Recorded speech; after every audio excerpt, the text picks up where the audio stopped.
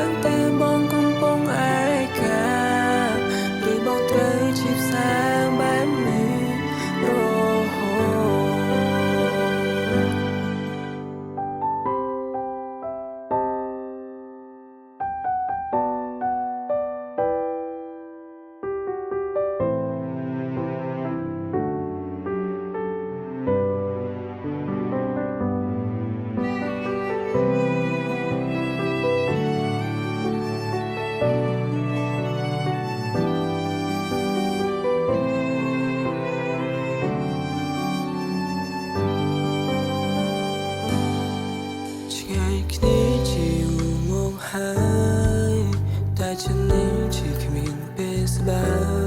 កទោះបែកគ្នាហើយក៏ฉันមួយនឹងនៅតែនឹកដល់អូនគ្រប់ពេលព្រមបងដឹងថាមិនអាចត្រឡប់តែមិនចង់នៅរំខានស្ងួ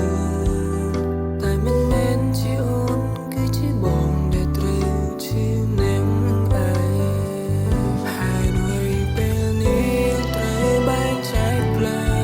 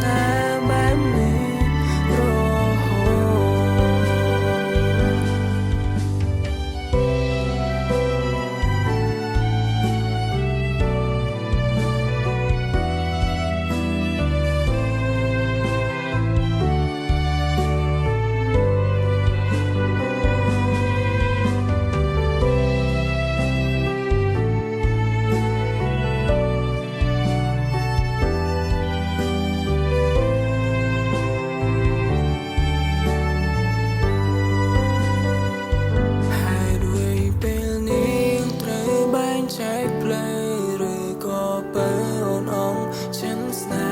ហាបងត្រូវជាផ្សារ